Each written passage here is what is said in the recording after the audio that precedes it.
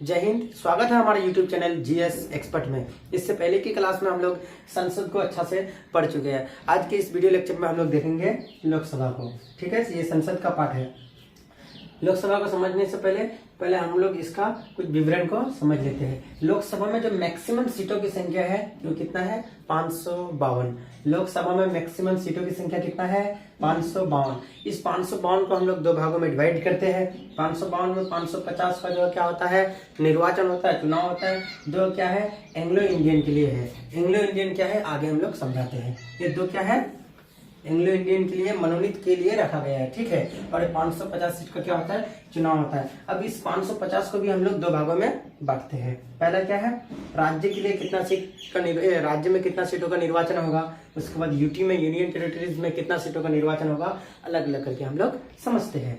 देखिए, राज्य में जो है 530 सीट का क्या होगा? निर्वाचन होगा। ये राज्य बोले तो यूपी, बिहार, झारखंड, पंजाब, मध्य प्रदेश, ये सब राज्य के लिए जो है रखा गया है ये 530 सीट। और ये 20 सीट जो है यूनियन टेरिटरीज के लिए रखा गया है। जैसे जम्मू कश्मीर हो गया, लद्दाख हो गया, पुडुचेरी हो गया, दिल्ली हो गया, इस सब के लिए क्या 20 सीट रखा गया है। ठीक है, अब वर्तमान में हम लोग समझते हैं लोकसभा की कितनी सीटें हैं। वर्तमान में लोकसभा की कितनी सीट है? वर्तमान में लोकसभा की जो है 545 सीट है। कितना सीट है? 545। इंपॉर्टेंट क्वेश्चन है, आइए ध्यान दीजिए। लोकसभा में वर्तमान में कितना? 545 सीट है। उसके बाद 5 सीट जो है पीओके के लिए रखा गया। इस 545 में 5 अगर हम जोड़ देते तो 550 होता, और 2 कितना हो गया? एंग्लो इंडियन, टोटल मिला के 552 हो गया। तो वर्तमान समय में जो है लोकसभा में हमारे पास 545 सीट है, जिसमें से 543 सीट पर क्या होगा? निर्वाचन होता है। उसके बाद 2 सीट जो है एंग्लो इंडियन के लिए, मनोनीत के लिए रखा गया है। ये एंग्लो इंडियन वही है जिसका माँ भारतीय हो, ठीक है, उसका पिता यूरोपियन हो। पहले जो अंग्रेज भारत आए थे तो अंग्रेजों को शादी करने के लिए इजाजत दिया था कि भारतीय महिला से शादी करो। भारतीय महिला से शादी कर लिया। जब देश आजाद हो गया तो अंग्रेजों को जब भगा दिया गया, वो लोग चला गया, लेकिन भारतीय महिला और उसके बच्चे यहीं रखा गया, यहीं रह गया। तो उसके लिए भी तो होना चाहिए सदन में जगह। उसके लिए 2 सीट को क्या कर दिया है? मनोनीत के लिए आरक्षित कर दिया है कि ये 2 सीट जो है एंग्लो इंडियन के लिए होगा लोकसभा में। आप राज्यसभा में 12 सीट है, वो राज्यसभा वाला टॉपिक में हम लोग समझेंगे। ठीक है, यहाँ तक तो कोई प्रॉब्लम नहीं। आइए हम लोग समझते हैं। 543 सीट है। 543 में से 530 सीट हो गया राज्य के लिए, 13 सीट हो गया यूटी के लिए। ठीक है, ये 13 सीट जो है क्या करेगा? अब यूटी करेगा इसका निर्वाचन। ठीक है, यहाँ आप देखिए, आप ये कंफ्यूज नहीं हो जाना है, क्योंकि यहाँ 20 सीट है और यहाँ 13 है। या कैसे? तो मेरे दोस्त, यहाँ ऑल ओवर जो है 550 सीट है और यहाँ क्या है? 543 सीट है। ये वर्तमान सीट है। ठीक है, ये क्या है? वर्तमान सीट है, जिसमें से 2 सीट इधर हम एंग्लो इंडियन को दे दिए, इसलिए 2 यहाँ घट गया, 13 हो गया। अगर 15 देते तब होता 45 होता। ठीक है, आइए हम लोग समझते हैं। 543 सीट में से 530 सीट जो होता है वो स्टेट के लिए होता है, और 13 सीट जो है वो यूटी के लिए होता है। ठीक है, तो आइए अब हम लोग लोकसभा को समझते हैं। लोकसभा की जो चर्चा है, भारत के संविधान के आर्टिकल 81 में लोकसभा के बारे में दिया गया है। लोकसभा के बारे में चर्चा है अनुच्छेद कौन सा? 81 में। ठीक है, अब हम लोग इसको समझते हैं। लोकसभा को जो है हम लोग क्या जनता का सदन कहते हैं। लोकसभा को हम लोग क्या कहते हैं? जनता का सदन कहते हैं। किस लिए? इसलिए कहते हैं जनता का सदन, क्योंकि जनता जो है इसके चुनाव में भाग लेते हैं और जनता अपने प्रतिनिधियों का डायरेक्ट चुनाव करता है, इसलिए हम इसे क्या कहते हैं? जनता का सदन। अब लोकसभा को हम लोग क्या प्रत्येक सदन भी कहते हैं। प्रत्येक सदन का मतलब डायरेक्ट सदन भी कहते हैं हम लोग। क्यों कहते हैं? क्योंकि लोकसभा में प्रत्येक 10 लाख की जनसंख्या पर एक लोकसभा की सीट को निर्धारित किया गया है, जिसमें से इसके चुनाव में जनता भाग लेती है, प्रत्यक्ष रूप से भाग लेती है। इसीलिए हम लोग इसे कहते हैं प्रत्येक सदन। क्या कहते हैं? प्रत्येक सदन। ये दोनों समझ में आ गया। आइए, अब इसे हम लोग चर्चित सदन कहते हैं या लोकप्रिय सदन भी कहते हैं। ये काफी चर्चित है, बिल पहले यही पास होता है। ये काफी चर्चित सदन है, इसलिए हम लोग इसे क्या कहते हैं? चर्चित सदन कहते हैं, या इसे हम लोग लोकप्रिय सदन भी कह सकते हैं। ठीक है, आइए, इसका जो कार्यकाल होता है, इसका कार्यकाल जो होता है वो 5 साल के लिए होता है। इसके सदस्य का भी कार्यकाल 5 साल के लिए ही होता है। ठीक है, इससे पहले भी ये विघटन हो सकता है। देखिए, इसका कार्यकाल 5 साल हो गया, अब विघटन हो सकता है। ये विघटन भी हो सकता है। अब विघटन कैसे होगा? जब कोई भी राजनीतिक दल का माने विघटन हो सकता है, का मतलब ऐसे समझिए हम लोग 50%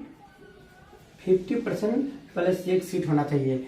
किसी भी राजनीतिक दल का सत्ता में उपस्थिति दर्ज के लिए उसका कितना परसेंट वोट होना चाहिए, क्या कहते हैं, सीट होना चाहिए 50% प्लस 1। जैसे 543 सीट है, 545 है ना, तो 272 और प्लस 1 दीजिए। एक आदमी तो काटा नहीं जाएगा, सारा 272 तो नहीं होगा ना, इसीलिए 273 सीट जिसके पास होगा राष्ट्रपति उसी के दल को क्या प्रधानमंत्री नियुक्त कर देंगे।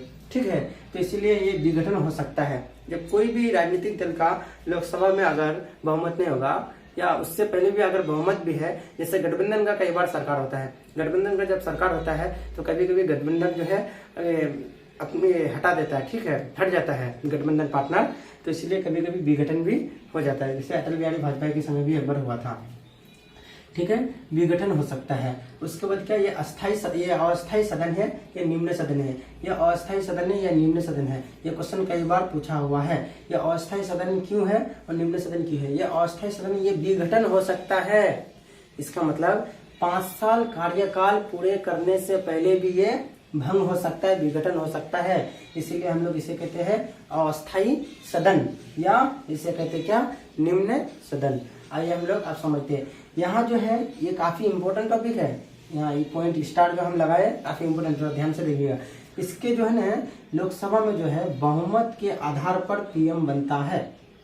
हाँ जी, सही सुन रहे आप, लोकसभा में जो है बहुमत के आधार पर पीएम बनते हैं। वहीं अगर राज्यसभा में बहुमत के आधार पर पीएम नहीं बनते हैं, क्योंकि लोकसभा जो है काफी चर्चित सदन है और इसके जो है ना जनता द्वारा चुने गए सीधा प्रतिनिधि इसका यहाँ भाग लेते हैं, इसलिए इसी का जो है ना बहुमत के आधार पर क्या पीएम बनते हैं। इसीलिए इसे प्रथम सदन भी कहा जाता है। इसीलिए इस सदन को क्या कहते हैं, प्रथम सदन भी कहा जाता है। ये क्वेश्चन कई बार पूछा हुआ है। निम्नलिखित में से कौन सा सदन को प्रथम सदन कहा जाता है? ऑप्शन नंबर में सिंबल लिखा हुआ रहता है क्या, लोकसभा। ठीक है, आइए अब इसके लिए जो है इसके सदस्य बनने का एज कितना होना चाहिए? इसका सदस्य बनने का एज जो है वो 25 साल होना चाहिए। कितना? 25 ईयर होना चाहिए। इसका आप अगर सदस्य एमपी बनते हैं तो उसके लिए आपका एज जो है संविधान में निर्धारित किया गया है 25 ईयर। इसका जो अधिकारी कौन होता है? इसका अधिकारी होता है अध्यक्ष और उपाध्यक्ष। अब अध्यक्ष और उपाध्यक्ष कौन होता है?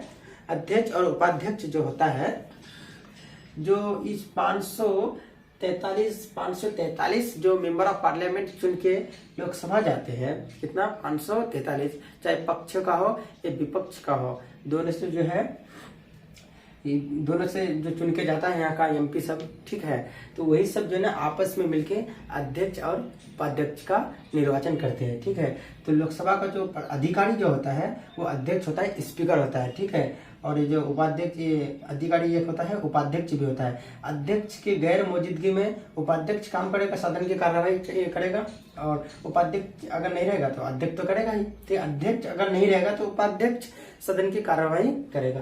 अब आगे हम लोग समझते हैं। मैक्सिमम सीट कितना है? 552। उसमें से वर्तमान में कितना है? 545। 2 कितना है? 2 एंग्लो इंडियन के लिए मनोनीत होता है। अब मनोनीत जो होता है भारत के संविधान के आर्टिकल 331 के तहत पर 2 एंग्लो इंडियन को मनोनीत किया जाता है। तो आज की वीडियो में यहीं तक। अगर वीडियो अच्छा लगे तो लाइक करें, कमेंट करें, शेयर करें और चैनल को सब्सक्राइब कीजिए। Thank you so much.